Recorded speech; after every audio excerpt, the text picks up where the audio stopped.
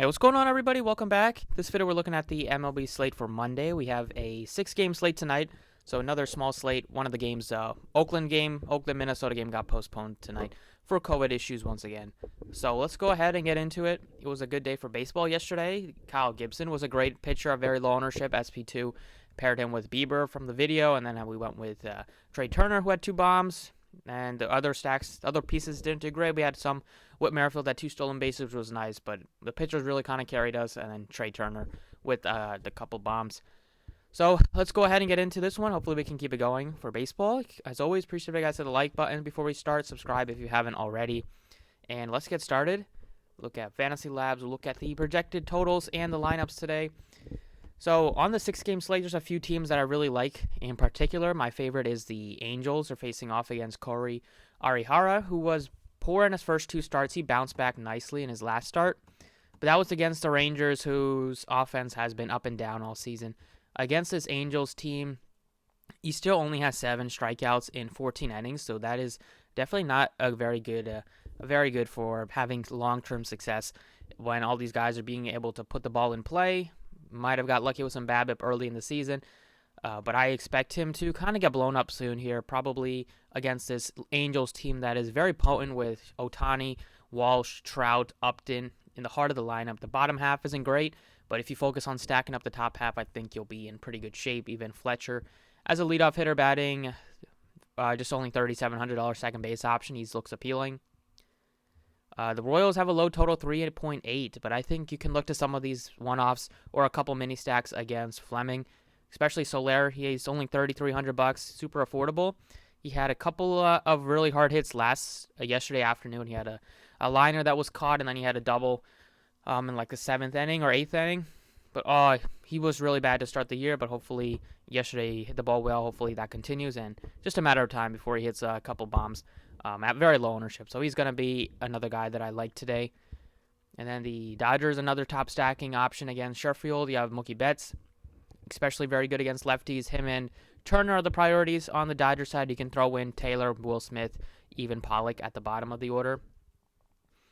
And then the other teams I'm not really looking to stack. You could always get some one-offs from some Giants here against Chase Anderson. I like Brandon Belt.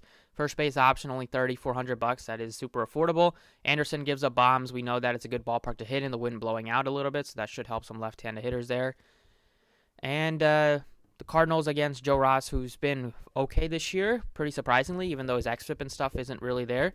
So a matter of time before he kind of gives up some runs and gets lucky because he's been getting, or gets unlucky because he's been getting very lucky.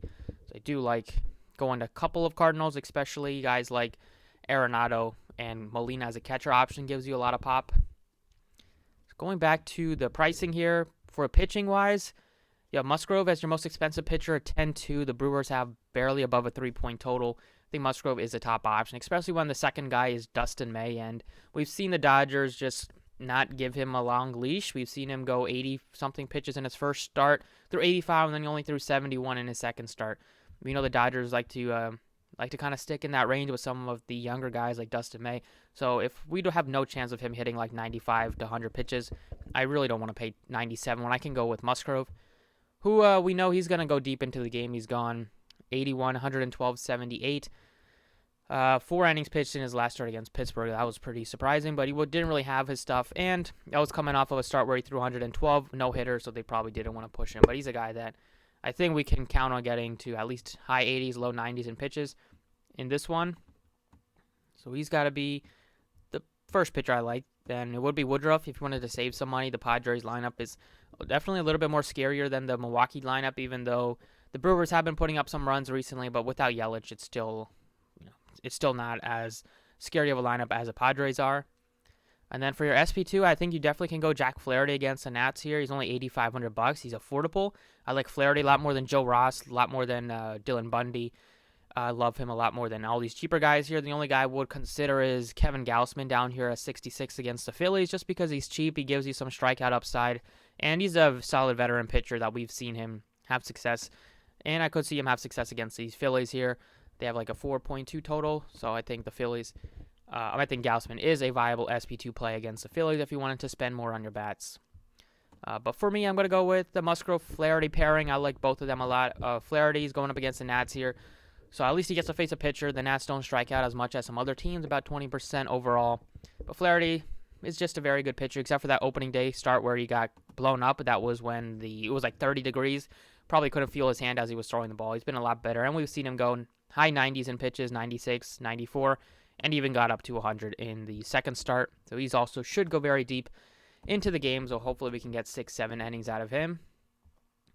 And then for stacks, it's basically the ones I just mentioned. It is my favorite stack is the Angels. I like a couple of pieces on the Royals side. I love the Dodgers stack, and then you can go with a couple of one-offs. On the Giants side, you have a couple of lefties that I like, and then on the Brewers side, you could look to maybe some cheap guys, but don't really want to target anybody against Musgrove since I have Musgrove in the lineup. But if you wanted to go with May, you could look to like obviously El Garcia's been hitting the ball well. He's affordable. Jackie Bradley's only 35, so there are some one-offs on the Brewer side that look somewhat appealing.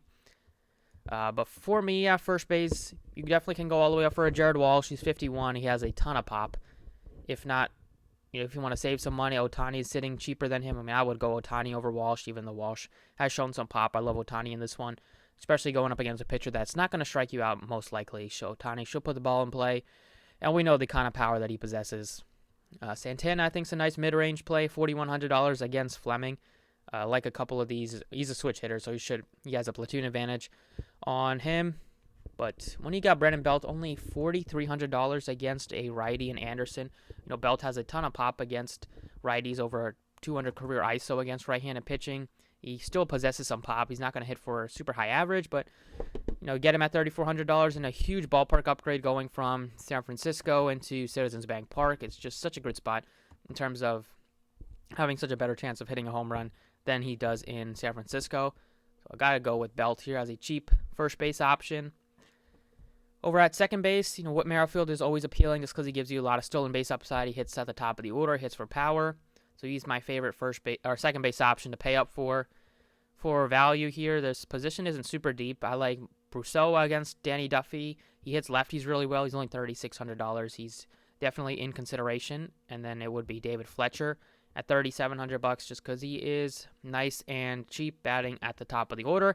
Angels are my favorite stack of the board, so hopefully he gets 5 at-bats here.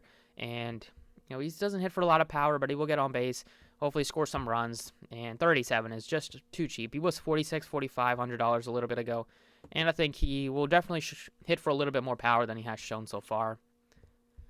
At third base, it is Turner, top-end third base option against a lefty. He mashes lefties. He's been unbelievably hot to start the year, so he has to be the top spend up at the position. Arenado's a nice pivot at $5,100.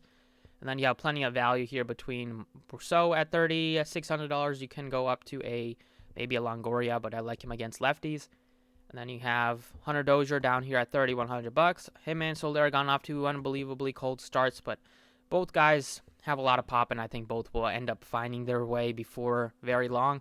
So I like him as a cheap guy to consider. Shortstop, it starts with Seager, lefty-lefty. I don't think he'll get too much ownership. I'd probably go down to maybe like a Tatis, just play him as a one-off. Position has a lot of studs, but they're all in tough matchups. Besides Seager has a fine matchup, but it's a lefty-lefty. But Turner against Flaherty, Tatis against Woodruff. I think Didi is in play against Gausman. And then you can go with a Willy Adames against Danny Duffy. It's only $3,600. He's in play. There's only a few shortstops that look appealing today. And then maybe if Nicky Lopez or some of these guys bat near the top of the order, they could be, or at least in the middle of the order, they could be somewhat in play. But I think, if you're not going up for Tatis, I think your best chance is like Adames here for 36. Moving on into the outfield, it's at the top end. It's Mike Trout. I love him today against Arihara. You can save $1,400 and go with a Ohtani, who possesses a ton of pop, super affordable. He should be like $5K plus in this slate on this type of matchup. I think the fact that he's pitching just kind of screws up his like DraftKings algorithm because they have him as 1.4 fantasy points per game, which definitely is not true. So we're probably always going to get a discount unless they do some sort of manual adjustment on Ohtani. He is my favorite spend in the outfield, even though he's not much of a spend because he's only $4,600.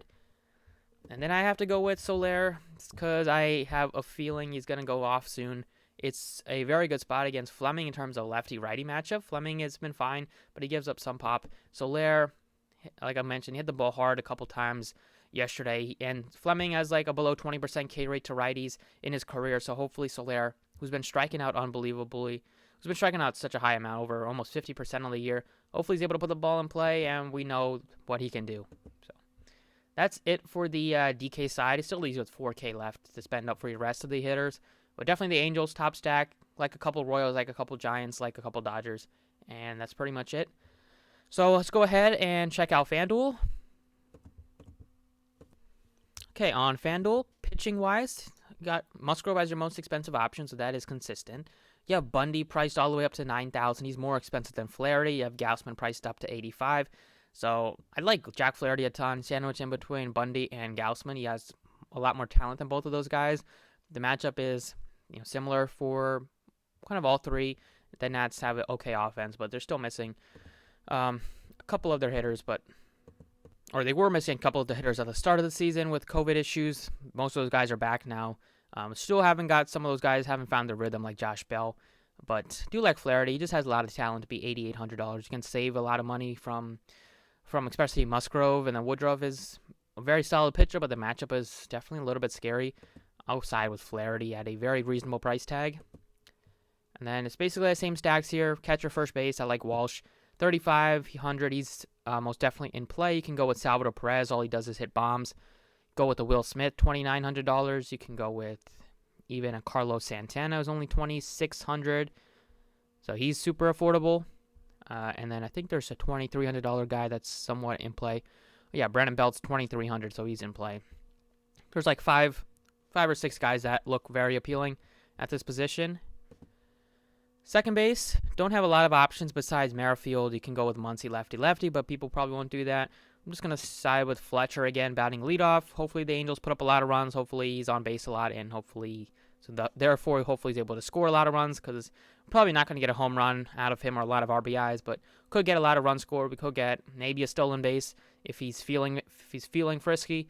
He does have some speed, but Fletcher looks appealing. And they can go down here if you wanted to for like a Mike Brasso, $2,500 against a lefty.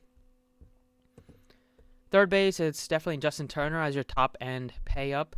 You can go all the way down for a Brasso here, or you can go with Hunter Dozier, who's $2,200, or even a Tommy La Stella if he's bats leadoff against Chase Anderson. So those are the couple guys I'm looking at. Over at shortstop, it's basically Adames is probably my favorite, even though it's not like that great of a spot. He is facing off against Duff. He's barely above the minimum, $100 above the minimum. He bats near the bottom. He's probably not going to get a ton of ownership, but when I got Seager lefty-left, when I got Tatis against a guy that strikes a lot of people out, and Woodruff, I'm going to have Turner against my pitcher. I don't want to play him. Fletcher, I'm utilizing him. Maybe I could play Fletcher at shortstop, see if there's a good second base option besides Adames. It's probably going to be like Brasso or maybe a Tommy Edman batting leadoff. We'll see what happens, but right now I don't mind going to Adames against a lefty. He does have some power, and he probably won't get too much ownership. And then save some money with those guys, so I'm definitely going to be spending up here in the outfield for a Mookie Betts against Justice Sheffield, the lefty. He is super appealing. And then Ohtani and Trout are both in play. Probably can try to get to both of them if you wanted to. But Ohtani's a thumbnail. I'm going to side with him on both sides as my preferred option. Against a righty, gives you a ton of pop. And he's been getting even better this year in terms of just hitting absolute missiles. He had 116 mile per hour hit the other day, double. And he's had a couple of mammoth home runs. So against these Rangers at home in the Rangers bullpen is not the best. Definitely giving up some earned runs this year. But I do like going to a lot of these Angels bats, especially Ohtani. Trout is my second guy.